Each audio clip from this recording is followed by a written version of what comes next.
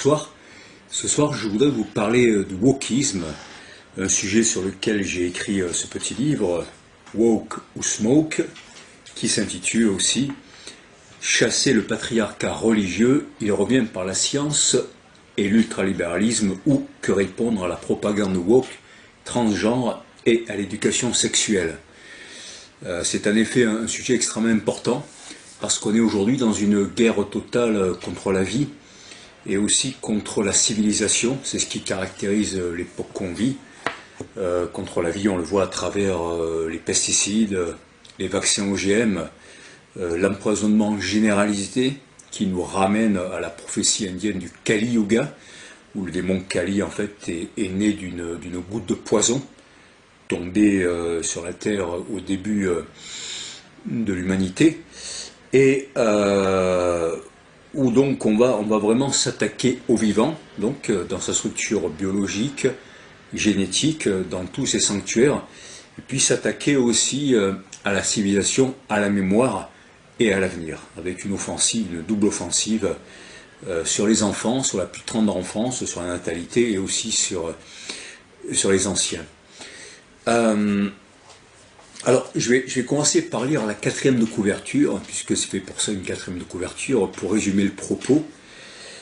Et concernant le titre également, Chasser le patriarcat religieux, il revient par la science et l'ultralibéralisme. Pourquoi j'ai sous-titré cet ouvrage comme ça? C'est parce qu'il ne faut pas nier le patriarcat religieux, qui est présent aussi bien dans le judaïsme traditionnel que dans tout un certain christianisme, dans l'islam, mais aussi dans l'hindouisme et dans le bouddhisme. Je vous invite à lire les textes sacrés ou les textes de loi anciens de ces religions, spiritualités ou cultures, parce que c'est marqué en toutes lettres. Et il y a encore un certain nombre de personnes qui représentent ces courants, qui ont très peu remis en question cela, ou en tout cas qui l'ont remis en question après beaucoup de luttes pour faire avancer les choses, et donc il ne faut pas oublier ça. Mais ce patriarcat, en fait, il revient déguisé par la science et sa guerre pour faire violence à la vie, à sa nature, et il revient aussi par l'ultralibéralisme qui là aussi vise toujours à dominer, à faire produire en pillant et en maltraitant. Et en fait on est toujours dans le même courant, et ce qui est fabuleux avec le wokisme finalement, c'est que la science et l'ultralibéralisme et même certains patriarcats religieux arrivent à retourner la tête des intellectuels, des décideurs, pour ceux qui ne sont pas simplement dans l'hypocrisie et le calcul, mais aussi des parents et des jeunes générations. Voilà, pour leur faire porter finalement le contraire de ce qu'ils voulaient au départ. L'éducation nationale a une grande importance dans ce sujet-là, et elle a quasiment toujours été au service du pouvoir, des intérêts financiers, des intérêts idéologiques. Par exemple, en 1870 à peu près, Jules Ferry envoyait les instituteurs, les hussards noirs en Bretagne par exemple, avec cet ordre-là de détruire la langue bretonne. Ça continuait après la Première Guerre mondiale, malgré le sacrifice des Bretons sur les champs de bataille. En 1900, c'était nos ancêtres les Gaulois, y compris dans les colonies. Vous voyez, sous la Troisième République, au plus fort de la laïcité, avec la loi de séparation de l'Église et de l'État. Avant 1914, partout dans les écoles, on enseignait « je serai soldat ». Et on engageait à aller massacrer son voisin, mais c'était évidemment pareil de l'autre côté du Rhin. 1940, maréchal nous voilà, avec la détestation du général de Gaulle. 1970, épargné à la caisse d'épargne, Pompidou, ancien directeur de la banque Rothschild, est devenu président de la République. 1990, tous vaccinés contre l'hépatite B. Nombreuses sont les victimes indemnisées contre cette vaccination qu'a arrêté Bernard Kouchner. 2020, masqués, testés, puis vaccinés, isolés, avec des drames terribles chez les enfants, psychologiques, au niveau de leur apprentissage, et également évidemment au niveau de leur santé, de leur code génétique et des maladies, des accidents graves dont ils ont été victimes alors qu'ils n'étaient pas vecteurs ni victimes du virus. Et puis en 2025, soyez fluides, non-binaires, transgenres, etc. Ça a commencé avant le wokisme, mais vraiment il y a cette double offensive simultanée des vaccinations à ARN messager et du wokisme qui vise véritablement à s'attaquer au sanctuaire de la vie dans ce qu'ils ont de plus sacré. Et ça, c'est vraiment important de s'en rendre compte. Et la chasse aux sorcières contre ceux qui s'opposent à la vaccination, alors que derrière, il y a les firmes les plus corrompues, comme Pfizer, comme Moderna, comme AstraZeneca, comme Janssen, Johnson & Johnson. Il suffit de voir leur casier judiciaire sur Wikipédia. Des promoteurs, je veux dire des firmes, des cabinets de conseil comme McKinsey, surnommé The Devil aux États-Unis, et qui a promu l'Oxycontin, cet opioïde terrible de la firme Purdue, en sachant très bien que ça tuait des centaines de milliers d'Américains, en les droguant complètement, puis en les faisant mourir d'arrêt cardiaque.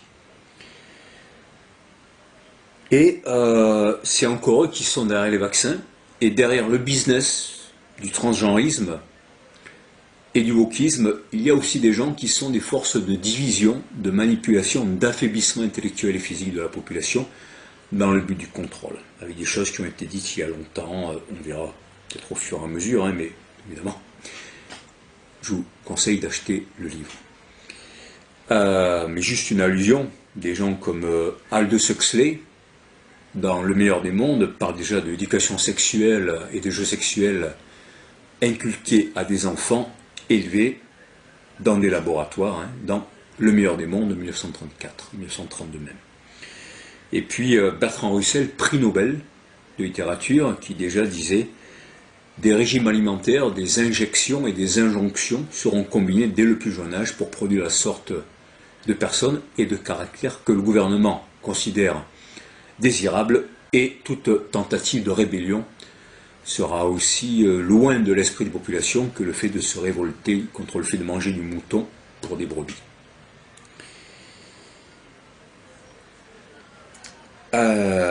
Et donc des deux côtés, on va taxer d'extrême droite, de réactionnaires, de dangereux, de porteurs de la haine, ceux qui vont dénoncer ces énormes violences faites à la jeunesse, avec d'ailleurs d'énormes profits, comme la transition de genre, appelée thérapie de genre, qui coûte des fortunes, tandis que des gens meurent dans le couloir des urgences, ils ne peuvent pas se faire soigner les dents. On manipule des jeunes pour leur mettre dans la tête qu'ils ne sont pas dans le bon corps. Et derrière, c'est des drames, des souffrances toute leur vie à cause des manipulations et des opérations qu'on leur a fait subir, sans parler du suicide. Et donc la question, c'est jusqu'à quand l'éducation nationale sera-t-elle l'instrument des pouvoirs de l'État et d'intérêts privés? Le wokisme est donc ce combat des jeunes consciences occidentales contre la domination de la culture blanche patriarcale sur la femme, la nature, les peuples colonisés, et aujourd'hui aussi le combat contre l'islamophobie. Mais quelles sont ces valeurs fondatrices? Quelles sont les valeurs fondatrices du wokisme? Et comment sont-elles devenues hégémoniques? En tout cas en Occident, particulièrement fort en France, en Allemagne, en Angleterre, en Écosse, aux États-Unis, à l'époque des démocrates en tout cas. C'est ce qui a amené aussi la population à voter Trump, parce que les gens n'en pouvaient plus, en voyant aussi les résultats catastrophiques sur les jeunes, sur la société, sur la déliquescence de la société, sur le renversement des logiques, et le remplacement de la réalité par de l'idéologie, la dissimulation des faits. Et pourquoi pourquoi est-ce que l'État introduit le wokisme, l'éducation sexuelle, tout ça, dans ses programmes officiels, très tôt, sous prétexte, là encore, de protéger, d'éviter les abus sexuels, de permettre à des jeunes de choisir, hein, ou d'éviter l'islamophobie ou d'autres choses. Et donc le but de ce petit ouvrage, c'est précisément d'argumenter face aux dérives et aux dangers maintes fois avérés, déjà vérifiés avec des drames derrière, du wokisme, de la théorie du genre, de la culpabilisation systématique des jeunes consciences occidentales qui ne sont pas responsables des fautes de leurs aînés et qui souvent vont protéger ceux qui les oppriment et ceux qui n'ont aucun problème à exercer leur patriarcat par la science, par l'ultralibéralisme ou par la religion. Comment protéger les enfants, donc comment protéger la jeunesse et comment envisager ensemble et faire ensemble l'avenir. Je vais vous lire la table des matières de cet ouvrage. Tout d'abord quelques textes historiques, je citais Bertrand Russell, Aldous Huxley, on peut citer aussi George Orwell, hein, sur l'état de guerre permanente qu'on cherche à mettre dans la société pour contrôler la population.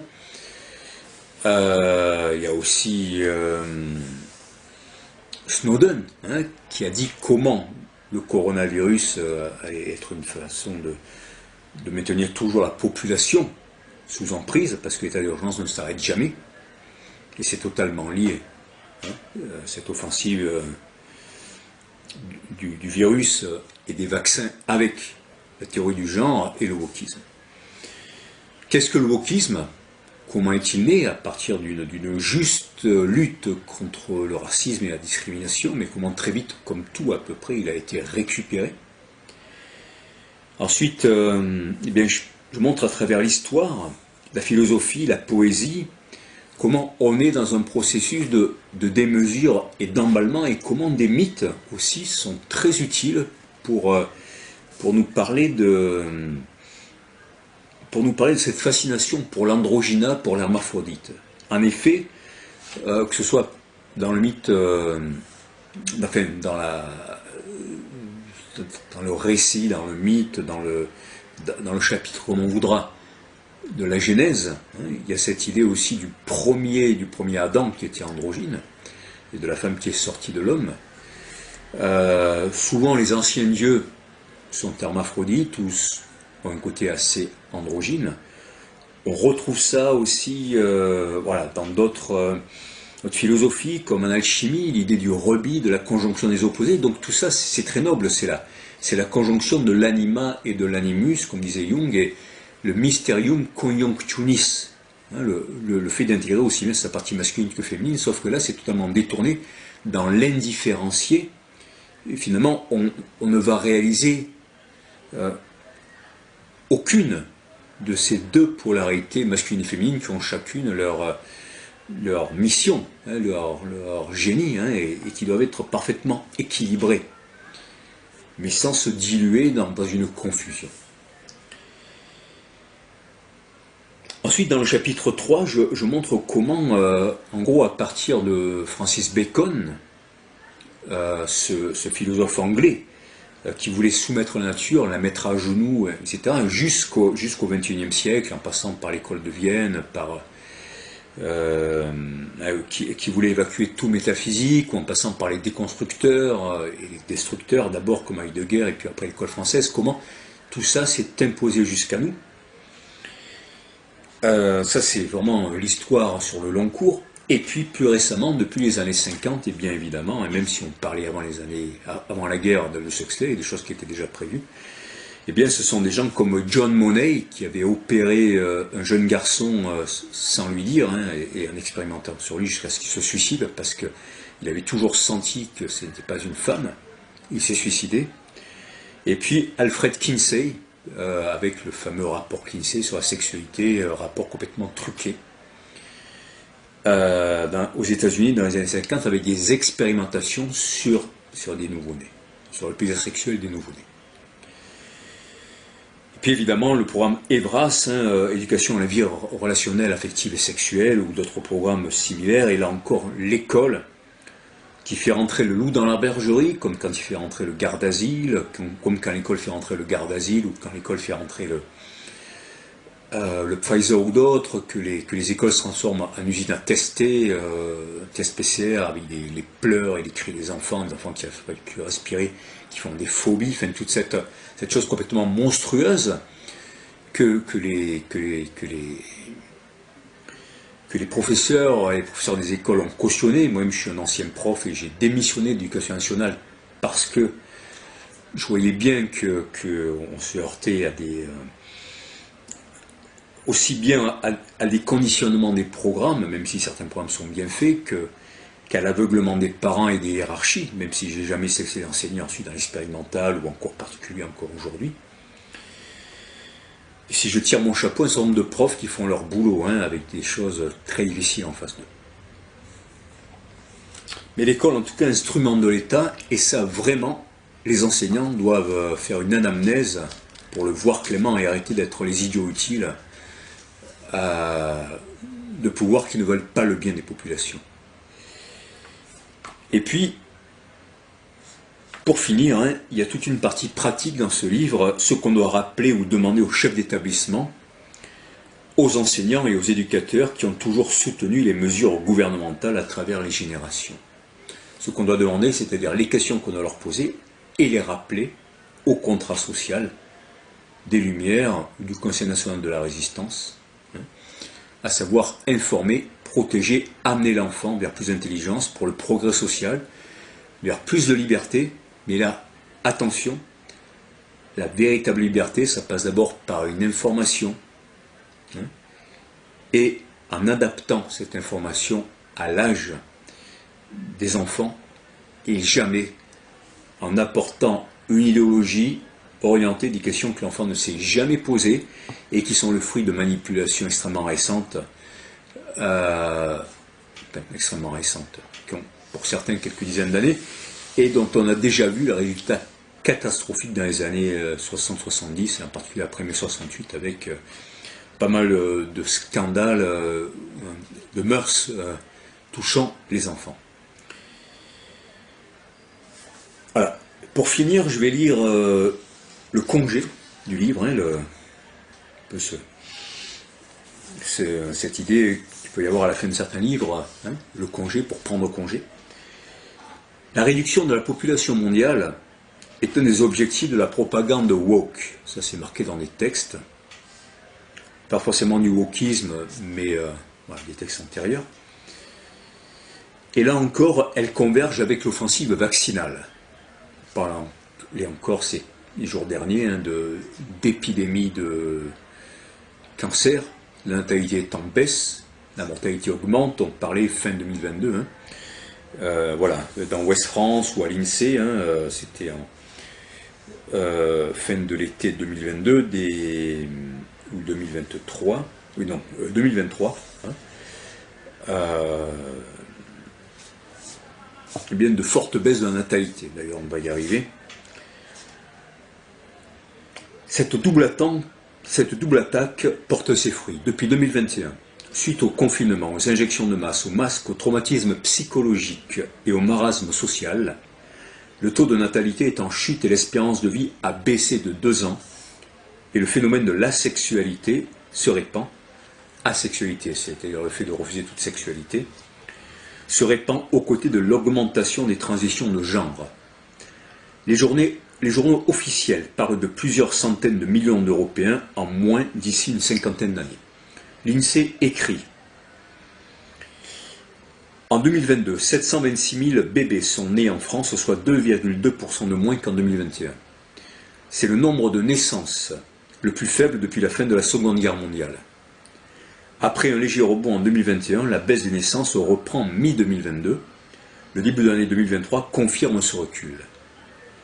Une étude d'août 2022 affirme qu'en Europe, au rythme où vont les choses, la population aura diminué de moitié avant 2070.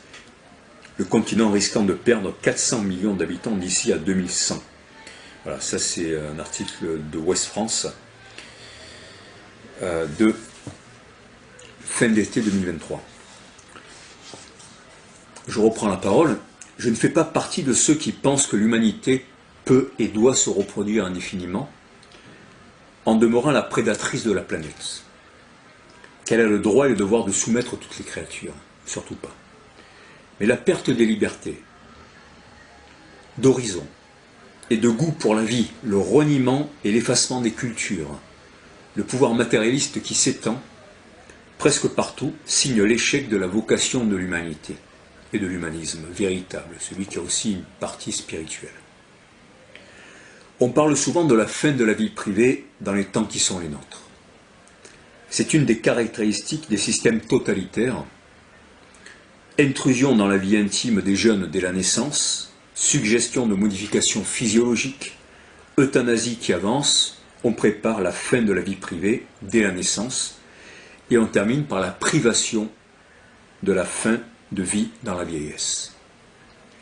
Or, nous avons fondamentalement besoin de secrets, de sacré pour nous trouver et nous élever dans ce qui échappe au temporel, au programmable, au prévisible.